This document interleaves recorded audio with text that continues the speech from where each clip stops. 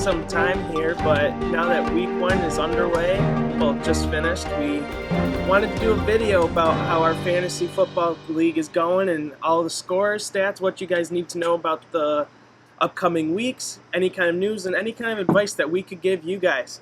So let's just jump right on in with the first matchup between the A team and the acronym FRIENDS, which I don't remember what it stands for. Matt, you can fill that in later. But right up front, we had the A team making the kind of the wild horse decision with starting Brock Osweiler over Russell Wilson. And matter of fact, it turned out to be a plus because he ended up getting 36.5 points in this league, 6 points over Russell Wilson's score.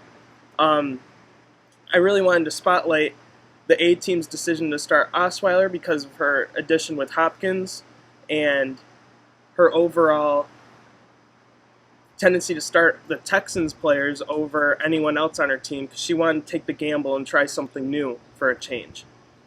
With her team, she ended up having a great game from Latavius Murray. Julio Jones came into his own catching that touchdown pass. And Alshon Jeffrey had a big game. No touchdowns, but he had a big game. Caught a couple passes, but big point was he had 105 yards receiving over the game. She made one big clutch decision with starting the Eagles defense over the Broncos. And like I said, another turnout for the A team.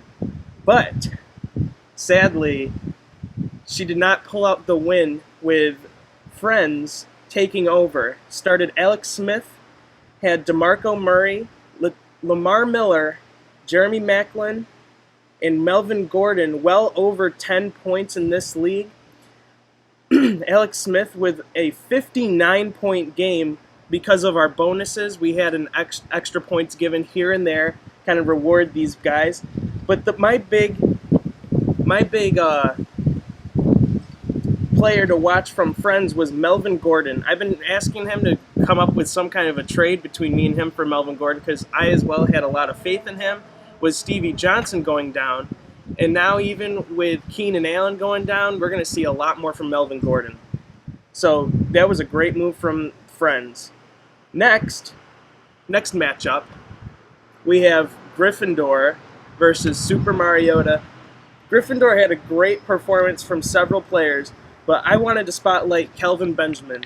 He went well over what his projection was with 11 points and got 16 total points, 91 yards and 1 touchdown.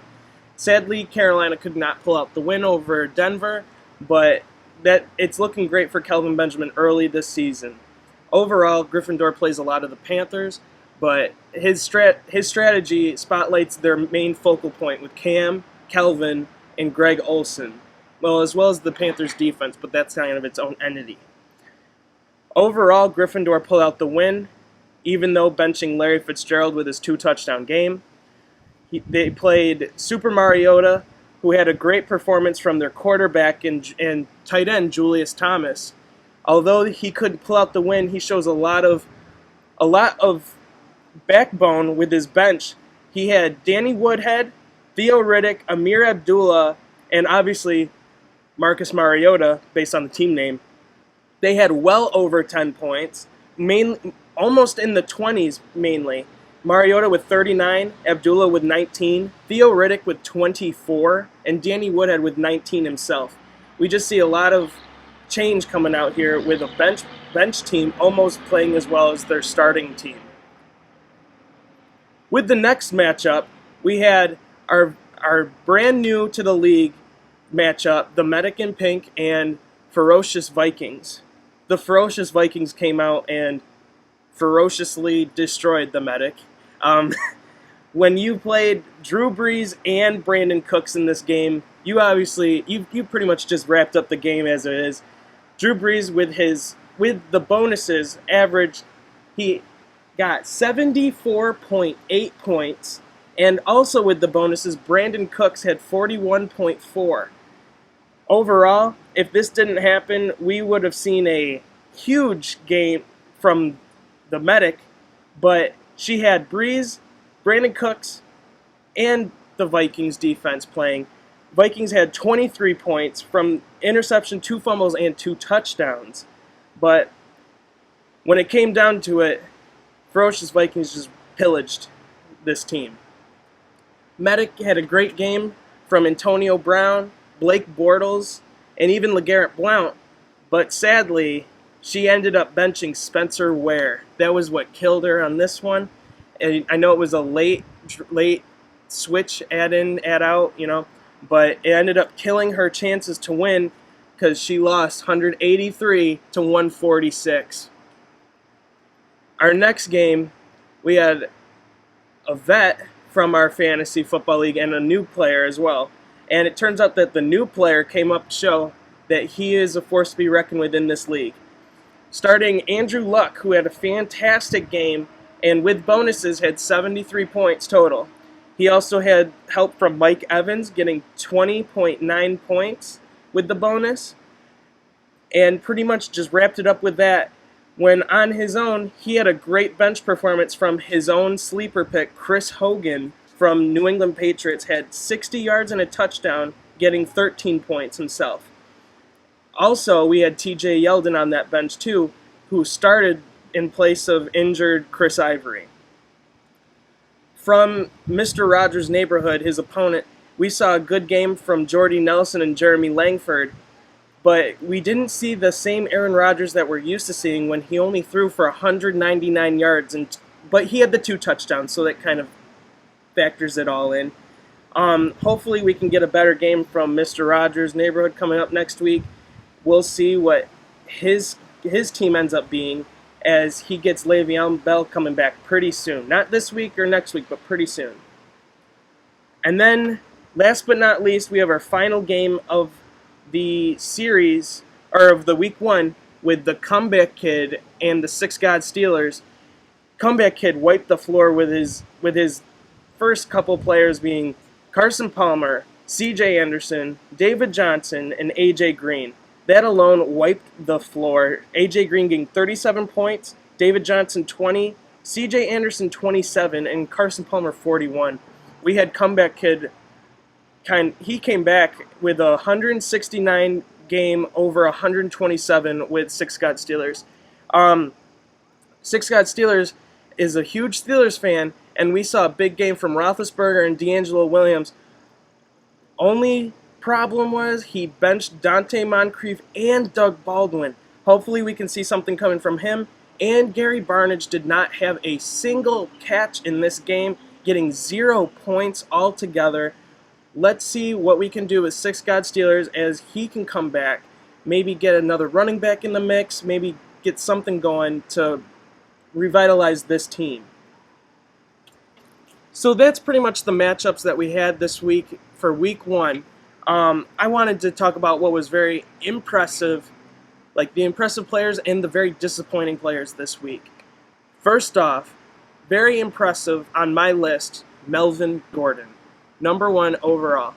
He came out of nowhere, didn't have a single touchdown, and injured last year. All of a sudden, he has 2 touchdowns for the Chargers as they almost beat the Chiefs in overtime. Melvin Gordon gets my hat in this game, or in week 1, as an overall great player to watch. Next, we have Kelvin Benjamin. After his ACL tear last year, benched him for the year. Ron Rivera said he was going to have at least 30 to at least 35 reps each game, but he came back, had 52 offensive snaps with the team, averaged 90 yards, 91 to be exact, and a touchdown as he came back and almost led the Panthers to a win over the Broncos. Sadly, missed field goal. Panthers fan, don't want to talk about it. But and on top of that, we have Brock Osweiler coming out as being a player to watch in the NFL again. He's not with the Broncos, not with this stud team with the great defense, but he's got his own with the Houston Texans this year. We can see a lot from Brock Osweiler, and with the A-team altogether having Osweiler and DeAndre Hopkins, that's going to be a great connection between the two. So, looking into that, like the impressive, and now we have the disappointing players of week 1. Number 1, Todd Gurley. Where were you, man? Come on. He only got 4 points, around 4 points total. Very disappointing game. Rams couldn't even get a touchdown, not even a field goal on the board against San Francisco. Now our question is, San Francisco, are you that good? Or did the Rams just have an off night? Next, I want to bring up one of my own kind of favorite players. We had Ted Ginn. He really didn't catch much, but when he did, it was when it counted, when it really mattered, I should say. He only got 1 catch, but he did run for a couple yards. I kind of expected this as a Panthers fan, as someone who follows the team, but now that Kelvin's back, we're going to see a lot of snaps coming more towards Kelvin and Greg Olsen rather than Ted Ginn. He's not really going to be that fly guy. We're going to see more of Corey Brown, as more of that guy now instead of Ted Ginn. We'll see what they do with him and with such a great wide receiving core with Carolina this year. And then finally, I want to say it was a tough toss-up between a few players, either Gary Barnidge or I wanted to say like Dennis Pitta or anyone like that. But I just want to shout out the whole Arizona Cardinals. Did not play that well as I expected them to. I really expected them to tear apart the Patriots with Garoppolo not playing, or Tom Brady not playing, and Garoppolo playing, and then Gronkowski also being out. It was really disappointing to see the Patriots come out with that win, but Arizona needs to kind of wake up and smell the coffee here and realize what happened this week. It'll be a good wake-up call for them, but I'll give that as my major disappointment this week, as in the Cardinals. So now, let's get into some deep stuff. Obviously, there's going to be some players here and there that didn't perform the way you wanted them to, or the way anyone really projected. Injuries, especially with people who had Keenan Allen playing this week. We can see a lot of free agents flying off the board.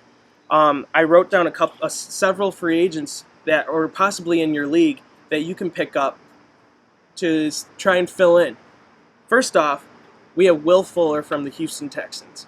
Now, Will Fuller did just get picked up in our league, but when it comes to your league, we could see somewhere him being a solid number 2, mainly like a Ted Ginn player last season. He got 20 points in our league, getting 107 yards catching and a touchdown. He ended up getting 20 because of a bonus. But Will Fuller will definitely be an entity in this league, and we could see a lot more from him, especially when someone trusts him as well as Brock Osweiler does, playing more of that Emmanuel Sanders role when he was in Denver. Next, one of my personal favorites, I've been trying to pick him up for weeks, but I just couldn't make the moves to get him, Tajae Sharpe from the Tennessee Titans. I see a lot from him being a 5th-round draft pick this year, and then coming out and actually winning the job, forcing the Titans to cut some of their main guys. Tajae Sharpe, he really seems like this guy that's going to be something in this league. Mariota trusts the heck out of him, and they kept Tajae Sharpe, just kept climbing the depth chart, becoming this number 1 guy, and on top of it, number 1 option for the Tennessee Titans as a whole. If you don't have DeMarco Murray or Derrick Henry, this is definitely a guy to look at. And then finally, I had a toss-up between Mohamed Sanu, wide receiver from Atlanta, and then the entire Ravens offense. The entire Ravens offense looked fantastic against Buffalo. I've heard rumors about Buffalo being one of the better teams this season, but after a disappointing loss to the Baltimore Ravens, I honestly see a change in the winds in Baltimore. Mike Wallace, Steve Smith still there, Brashad Perriman, they all looked fantastic, and on top of it, Kamar Aiken is still playing top-level wide receiver for the Baltimore Ravens. But what really changes them up is Justin Forsett, Terrence West, Buck Allen, and then Kenneth Dixon when he comes back. That running back core is going to be fantastic. I look at picking up Joe Flacco or Justin Forsett as a bench player, but I see a lot coming from Baltimore this season as a whole. And like I said earlier, before I started talking about the Ravens, Mohamed Sanu playing that Roddy White role with the Falcons. So that's our week 1 wrap up for Feeling the Rush. We're going to be doing these every week, coming at you more with more videos throughout the season, and overall just helping everyone get a great lineup for their own fantasy team. So thanks for watching, and have a good one.